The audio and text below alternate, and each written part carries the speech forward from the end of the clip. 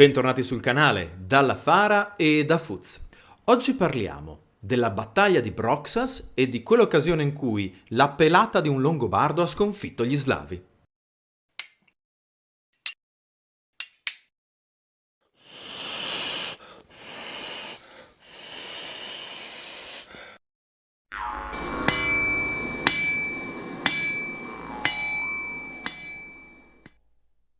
Come sempre, bentornati sul canale. Un ringraziamento ai nostri Patreon, ai nostri abbonati. Vi ricordo che trovate in descrizione i link per diventare Patreon o per diventare abbonati. Se volete supportare la Fara ma non ve la sentite di sottoscrivere una di queste due possibilità, iscrivetevi al canale, cliccate la campanellina e magari guardate i video fino in fondo e condivideteli. È già un ottimo modo per supportare il nostro lavoro. Allo stesso modo, se non foste ancora pratici di cosa fa la Fara, ci sono diversi video che ne parlano, ma così, in 2 secondi, divulghiamo la cultura materiale non solo longobarda attraverso contenuti di questo tipo e la ricostruzione e l'archeologia sperimentale. Venite a visitarci ai nostri eventi, in particolare al Museo Archeologico Nazionale di Cividale. Bene, veniamo all'argomento di oggi. Circa 10 giorni fa abbiamo pubblicato un video inerente a una battaglia fra Longobardi e Slavi terminata con la completa disfatta dei Longobardi, principalmente a causa di un eccesso di furor germanico da parte dei Longobardi che, avendo due leader fra loro in disaccordo, entrambi desiderosi di dimostrare il proprio valore militare, finiscono per scontrarsi contro gli Slavi in una posizione sfavorevole e perdere contro un gruppo sparuto armato di asce e sassi. Questo però non è stato il primo scontro fra Longobardi del ducato di Forum Iuli, quindi il ducato più orientale, il primo ducato della storia longobarda, e gli Slavi. Abbiamo traccia quantomeno di una battaglia che Paolo Diacono ci racconta come la battaglia di Broxas. Questa battaglia accadde nel secolo precedente. Se infatti lo sfortunato scontro che portò alla morte di tutta la nobiltà longobarda guidata dal duca Ferdulfo è attestabile intorno all'VIII secolo, al suo inizio, e la battaglia di Broxas invece sembra collocarsi nel 664. Abbiamo deciso di raccontarvi la precedente battaglia, quella appunto rovinata dal furor germanico longobardo, perché si collocava come perfetto contraltare ad alcune domande che avrei poi sottoposto a Paolo Nardi nella live dell'8 gennaio. Se avete perso la live, la trovate ovviamente sul canale. Credo che sia un ottimo contenuto di confronto fra una delle grandi opere letterarie del XX secolo, cioè il Legendarium di Tolkien, e le sue radici altomedievali e tutte le fonti che il professore ha utilizzato e ha rielaborato nel suo mondo secondario.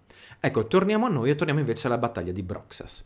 La narrazione di questa battaglia da parte di Paolo Diacono pare avere delle caratteristiche tipiche di quella letteratura che vuole esaltare i leader di un determinato contesto, e sappiamo che Paolo Diacono era effettivamente cividalese e longobardo. Sentiamo un attimo cosa ci racconta. Historia Langobardorum, libro quinto. Quindi fu nominato duca del Friuli Vectari, originario di Vicenza, uomo benigno che governava il popolo con mitezza. La gente slava, avuta notizia che egli era partito per Pavia, messa insieme una robusta moltitudine, decise di fare un'irruzione su Cividale e, arrivata, si accampò a Brossana, non lontano dalla città. Per disposizione divina avviene che il duca Vectari, la sera prima, tornasse da Pavia senza che gli slavi lo sapessero. Dopo che i suoi conti, come di consueto, ebbero fatto ritorno alle loro case, egli, udita la notizia degli slavi, con pochi uomini, 25 per l'esattezza, mosse contro di loro. Gli slavi, vedendolo venire con così pochi, lo derisero, dicendo che stava arrivando contro di loro il patriarca con i suoi chierici. Ma avvicinandosi al ponte del fiume Natisone, dove erano accampati gli slavi, Vectari si tolse l'elmo e mostrò loro il suo volto. Era infatti calvo. Appena gli slavi vedono che è il duca, subito, turbati, si mettono a gridare «Vectari è qui!» e poiché Dio pone in essi il terrore, pensano più a scappare che a combattere. Allora Vectari, gettandosi su di loro con i pochi uomini che ha, ne fa tale strage che di 5.000 uomini appena pochi sopravvissero per fuggire. Ora, La veridicità di questo racconto è quantomeno discutibile. 25 cavalieri contro 5.000 uomini, per quanto ci possa essere una disparità di tecnologia e di tecnica, chiaramente è un modo per sottolineare il valore di questo duca, in particolare in contrapposizione ad altri duchi meno nobili secondo la narrazione di Paolo Diacono. Vectari stesso viene posto come duca di Cividale da re Grimoaldo in sostituzione all'erede del precedente duca Lupo, che aveva addirittura tentato di conquistare il ducato proprio con la forza delle armi e dei mercenari slavi. Un tentativo andato a buon fine all'inizio, ma poi terminato con la morte del figlio di Lupo a opera dei guerrieri friulani nel castrum di Nimis, non lontano da Cividale. Ecco quindi che Paolo Diacono sottolinea in questo racconto la nobiltà e l'efficacia della capacità di leadership di Vectari. Resta comunque interessante lo scontro con gli slavi, perché si affacciano sulla storia dell'Italia orientale, in particolare del Friuli, in quello che è ancora il VII secolo.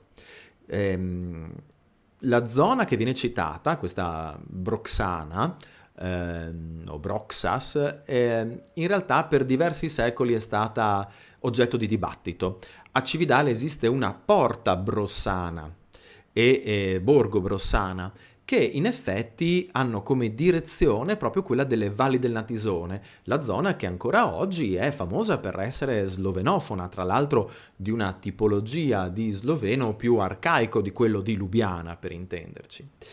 In realtà il sito preciso di questa Broxas non è stato identificato per lungo tempo. Si è pensato ad alcuni paesi nei pressi di Pulfero, più dentro nelle valli, ma le attuali analisi filologiche sulla toponomastica lasciano intuire che ci sia solo una coincidenza di assonanza dei nomi.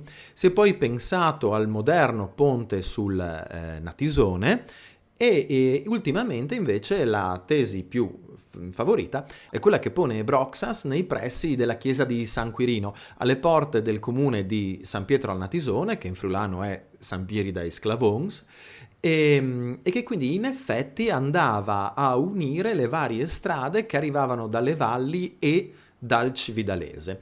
Doveva essere un sito in realtà importante sin dall'epoca addirittura pre-romana e che poi in epoca romana vede la costruzione di questo ponte. Gli slavi quindi arrivando da nord-est, in questo caso probabilmente proprio attraverso quella strada che da quello che oggi è Caporetto, Cobarid, portava attraverso le valli del Natisone fino a Cividale, avevano deciso di accamparsi a ridosso del ponte più utile a passare la stretta gola del Natisone, che in quel punto lì in effetti non è molto ampia.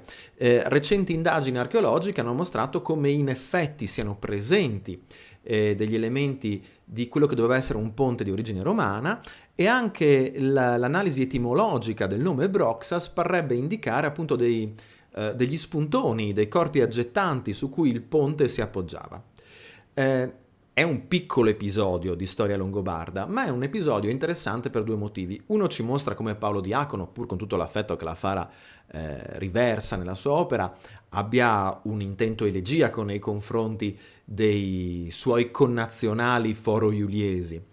E in più ci fa vedere appunto l'arrivo degli slavi all'interno di un contesto microregionale dopo la lunga permanenza sotto il dominio avaro. Sì, perché in effetti gli slavi facevano parte di quelle confederazioni di popoli che venivano e sono stati per alcuni periodi comandati dalla preponderante potenza militare avara. Ora, noi dedicheremo un prossimo video a questi slavi meridionali, in particolare ovviamente a quelli che interessano la zona di confine con i Longobardi. Solo così, per fugare ogni dubbio, attualmente gli studi sugli slavi identificano tre tipologie di slavi: gli slavi orientali, gli slavi occidentali e gli slavi meridionali. Gli slavi con cui hanno a che fare i Longobardi dovrebbero essere fra i primi antenati degli slavi meridionali, ma ne parleremo meglio in un video dedicato. La parte interessante poi è anche quella folclorica legata a questo duca calvo, quindi la calvizie come simbolo di questo duca che addirittura fa fuggire i guerrieri. Doveva essere quindi statisticamente un fenomeno non così diffuso.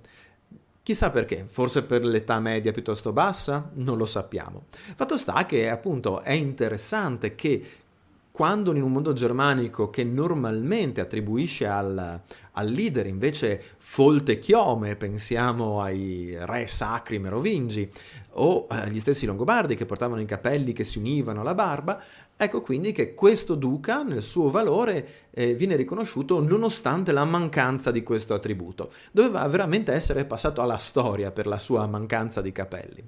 Non sappiamo molto altro di questo Vectari né di come lo scontro si sia veramente svolto. Resta interessante appunto il fatto che comincino ad affacciarsi nella storia dal punto di vista longobardo questa popolazione che con i Longobardi e poi con la storia del nord-est italiano sarà sempre intrinsecamente legata, tanto da esserne una parte imprescindibile, anche se ovviamente la storiografia nazionalistica italiana poi ha tentato di far finta di nulla. Vi lascio con una nota, con questa bella immagine. Questa illustrazione è stata realizzata dal nostro Damiano Avoledo, Dodo, ed è ispirata al racconto invece proprio della battaglia del duca Ferdulfo e del Skuldascio Argait contro gli Slavi, la battaglia finita malissimo di cui parlavamo all'inizio del video. Ecco che Dodo ha deciso di rappresentarli così, con questo stile un po' simbolico che è tipico della sua arte rappresentativa. La utilizzerò per sostituire l'immagine di copertina del video precedente. Fateci sapere nei commenti se vi piace. Dodo è un illustratore professionista, è diplomato all'Accademia di Belle Arti di Venezia e ultimamente ha ripreso interesse per illustrare proprio gli argomenti di cui parliamo nei nostri video. Fateci sapere se potrebbe interessarvi magari qualche illustrazione, diciamo, su commissione, cioè un argomento affascinante che vorreste vedere rappresentato con questo stile. Bene, alla prossima e mandi!